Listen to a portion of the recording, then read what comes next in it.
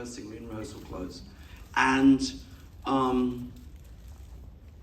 Austin, and all the girls are kissing Elvis, you know, Austin. And we were practicing how to do that. And my first AD came over and he said, I think Tom has that flu thing. Oh, gosh. And you will know what happened next. And there was a good few months when the film was absolutely over. Absolutely over. You know, you can't hold a cast like that together. You can't keep everybody together. And Tom and Rita had it, and they actually suffered, and they were the first persons to get that. Well known, you know. And they went back, and should we do it? And Holly went together. And I was just remembering just seeing Tom there a minute ago that we rang Tom and we were like, oh, maybe we should wait until February when this is all over. Yeah. And there was a moment I told Austin, and then Austin, instead of Austin like giving up, he just refused to believe it, and he kept just working harder and harder and harder. More dance, all that. And then I rang Tom, I said, look, I've had time to rethink the first day. We got talking about Colonel and all of that. And we just decided in that moment, if we don't do it now, you never know. And so Tom very bravely came back. And actually from that moment on, it was a very smooth shoot, because I think we realized that we were in a privileged place during the pandemic to be working on something important and something that when the pandemic was over, that maybe people might just need. And being here in Memphis and opening it, I really feel that the collectively, we've been working on something that maybe out there in the world the way it is, the world might just need this. So, thanks.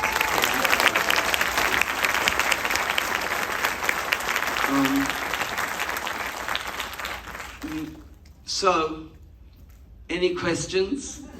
None, good, I can go. No, I was kidding. Yes, sir. What's your name?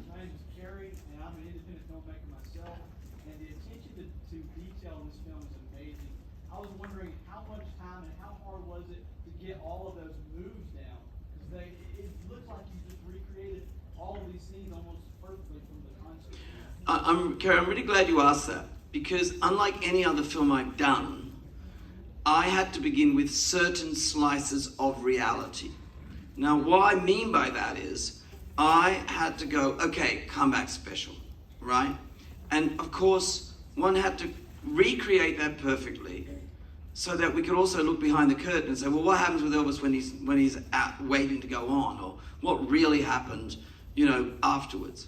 But to recreate these slices of reality, there's Austin working with Polly Bennett, shout out to her. She's a movement director coach. She worked with Remy Malik to get the Freddie going. And her and Austin would work day and night in the dojo, just absorbing, copying. But also, to give you an idea, with the camera moves, our camera team would study exactly how the television shots were done. The extras, for example, who I like to call support actors, we matched, really, like there were part acting. There was a team called the Scream Queens, we called them, right? Because there was a small group of girls taught to how to be truly hysterical, but also do stunts. But then, I'm telling you, the long play of, say, the Vegas scene, we shot so much more than's in the movie. And Austin would come out. Now, I've had with me a guy who does grip. He moves the camera around with his hands. He worked with me 30 years. And he said about 10 words to me in 30 years. And we're doing the Vegas showroom. And Austin does the full numbers. We did all of some numbers, and we did other ones that are not in the movie. And in between, we didn't stop rolling. So he continued as Elvis, doing the jokes, everything he learned from it. And we finally called cut on one of the long takes. And Brett is this guy's name, because he says, oh, boss. Calls me boss. He says, boss, I've done the Star Wars, and I've worked on the Superman and the Thin Red Line.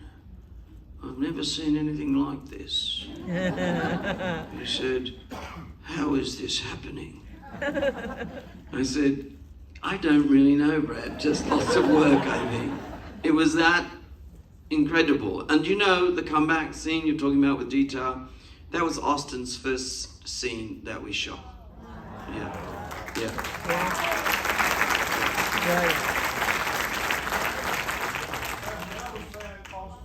Well, I will go.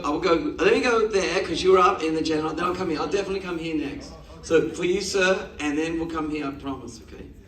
But just the way you leapt out of the chair like that, how could I deny you? That's what I look for on the set.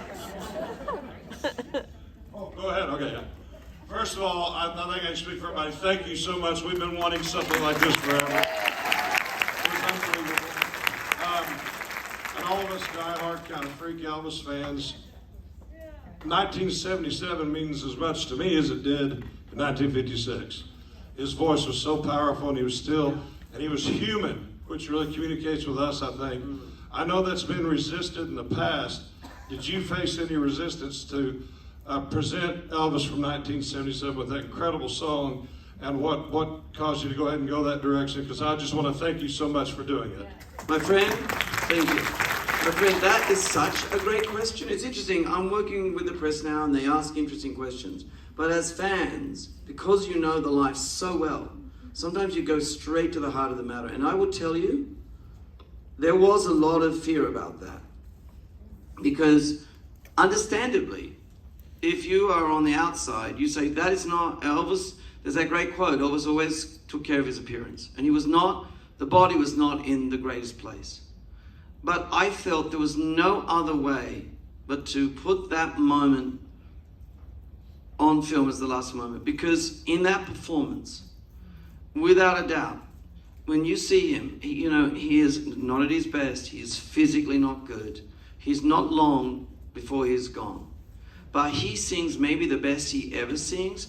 And when that voice soars, and the moment I love, when he looks, and Austin did it well, he's like this, and he looks and he smiles like a little boy. Like he did when he first born, he smiles like a little boy, like, I'm doing well, right?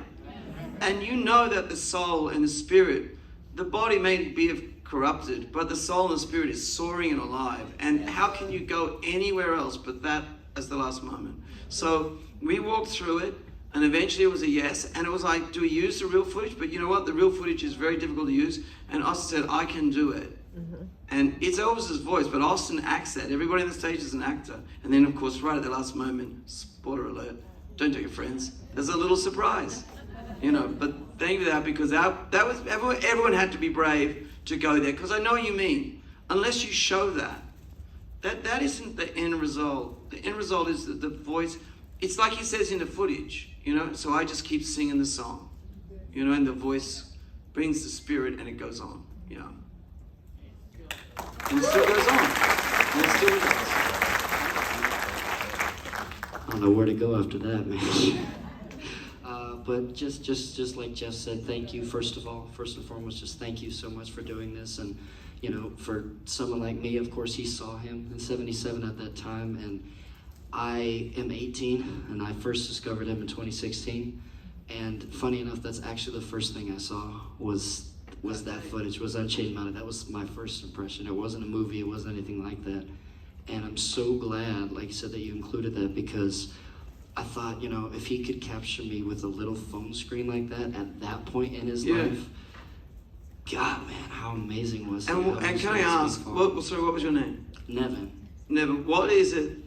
That's an amazing story, because many people here would have known, the rebel Elvis. They would have known, it's easy when someone's young and vital. But what is it that you saw on that phone in that moment? What is it that affected you? What touched you? Well, there's a few things. There's a lot that was going on in that video. But, first, I liked him immediately when the stage came out and all that. And of course, like you said, he was at a different point in his life. His walk, his attitude, everything when he walked on stage was just different.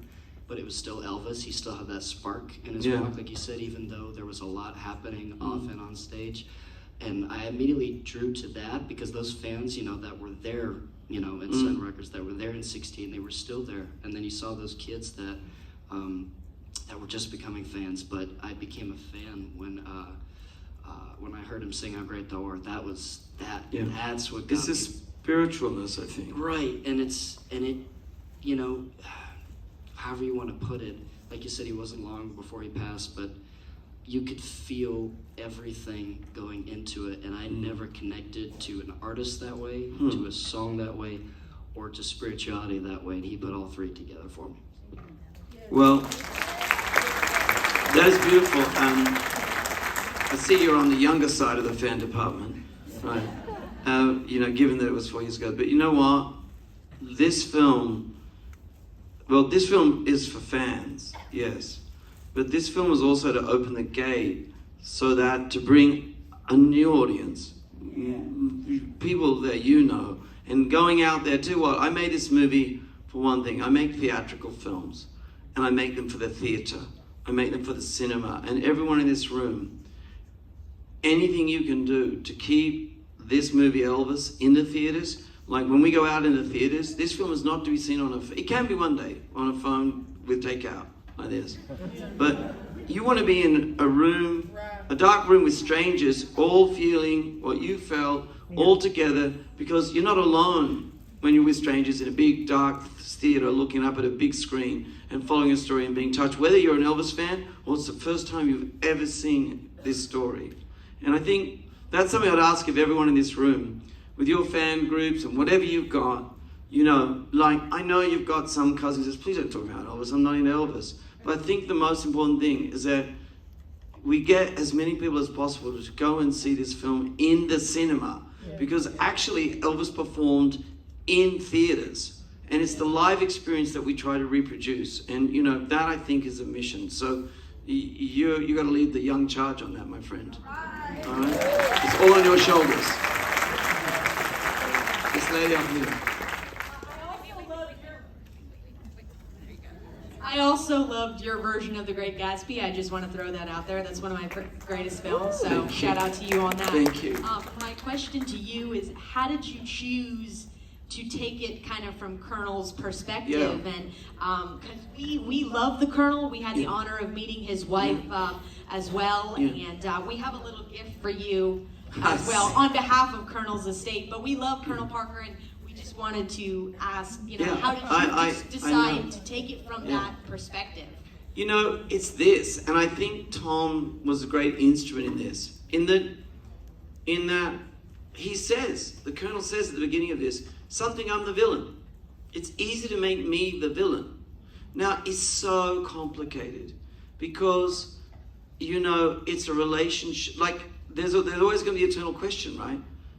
Elvis without Colonel, Colonel without Elvis, chicken and egg, all of that. And I'm not here to in any way take a point of view of that. I think what we do in telling the story is that we say, the Colonel kind of says it. We were both kids. If you know anything about the Colonel's background, we both had giant holes in our heart. We both had trauma. We both wanted to be something special. We both soared. And absolutely, there's transgression there for sure. We know about all of that. But the truth is, with the Colonel's deep dark secret, and the fact is, he did not want Elvis to perform outside of America. He did not want that to happen, right? Having said that, the man was a genius. Like, he invented the satellite. He found ways of this problem of his, of turning into maximizing Elvis's reach. And I always think of this story, and I don't know what to think about this story. I think it's true. It's not in the movie. But I believe from the research that I've done is that when Elvis passed and the Colonel got the call, the Colonel's next call was to RCA to print more records. And I know a lot of people in this room will go, what a heartless, cold person. But the Colonel might say, yeah, but you wanted the records. Like, with the busing, you want the records. And we'll go like, oh, that's just you, but your money. And it's so complicated because he's just not a simple villain. Because by all accounts, he could be the most charismatic, like he was a giant character, And it was such a complicated relationship. But in the end, I think like any marriage, there probably was a point at which it wasn't helpful, And Elvis tried, Bibi has that line where he says, if you don't do the business will do you. And it's something that younger people don't understand. They know, they're very interested in this film because they're very interested in instant fame. You can get on a TikTok and have 20 million followers the next day. You're famous. But when Elvis came along, the teenager had just been invented. The idea of young people with money was a new idea. There was no precedent for the idea of someone driving a truck 1 minute and being a millionaire and the most famous man on the planet 18 months later. There was no one before that. So, you know, I remember later on, even in the press interviews, they asked Vernon, what do you remember? He said, it all happened in a flash. And Elvis said, yeah, it all happened very fast. My mum and dad I don't think they ever got ready for it, you know?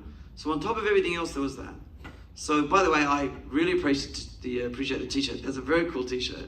And, you know, that's what the story's about. It's Shakespearean. In the end, actually, there's a sadness in the way both of them ended. You know, like, he did end up running around, putting his money in slot machines. And Elvis's physical life didn't end that well either. But what was left behind is what has carried so many people in this room through life, you know? And that's what I think is the hope and the beauty. And my job is to make sure, is to help with this storytelling, is that flame burns once again as bright as it possibly can, you know? Thank you.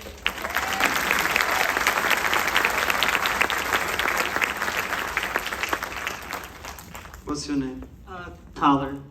What is it? Tyler. Tyler, how are you? Good, how are you? I'm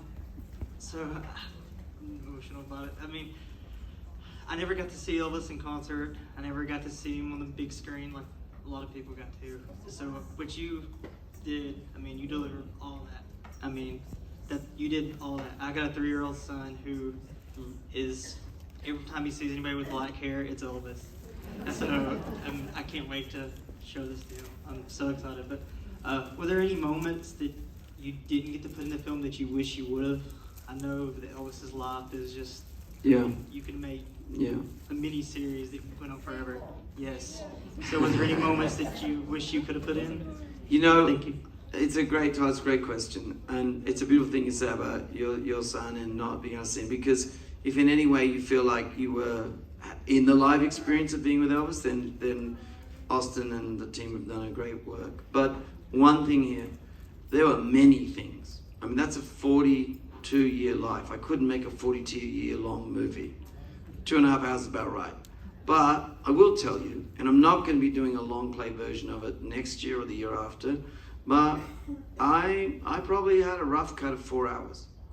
So I tell you what, here's a beautiful story about the kind of strong decisions you have to make.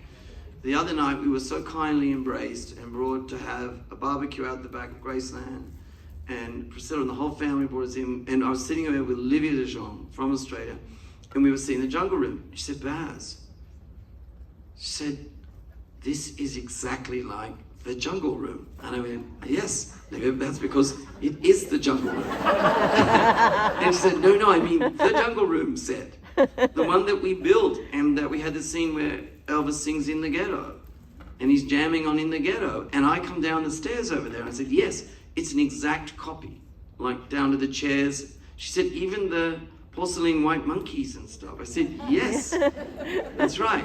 And I was reminded, that's just one scene that we shot, and it's beautiful, and the band's there, and they're kind of working on In the Ghetto, and he's trying to find it. But you know, we had to serve an arc of a story, a big idea. And you might go down that road. It's like, would I like to have shown the full Vegas performance? Yes. But if you go there, then you lose the whole drama, which is the Colonel, on the one hand, opening night, and the Colonel's genuinely proud of what they've done together. I really believe he's going like, wow, we've done it. He feels it. And then he thinks like, oh, and I've signed this deal because I really need, I got to keep him here, and so on and so forth. So the answer is yes. And don't even get me started on things that were in the script that I didn't shoot, right? But I'm not here to, it was about the big gesture. It was about, ultimately, I think someone said it first up. Oh, the first thing you said, the number one thing that we set out to do. For some of you, for some, Elvis is a god. For some, he's an icon. For some younger people, he's just, a Halloween costume, or in Lilo and Stitch. I mean, that is the truth. He's just not that, it's just that guy in the white suit thing, right? But the number one thing for us to do was to show actually he was a person.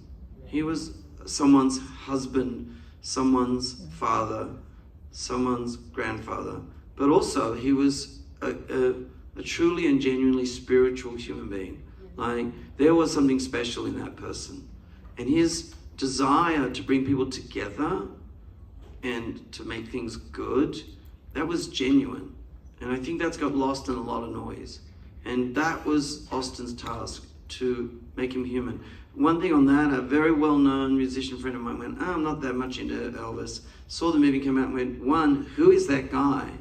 But thinking of Austin, quite a few people have been asking that. You'll hear about him soon.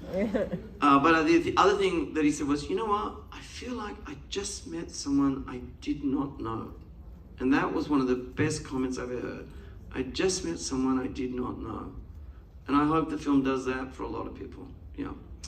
I probably should wrap it up soon, because I get a feeling like, I can keep people up way past their bedtime.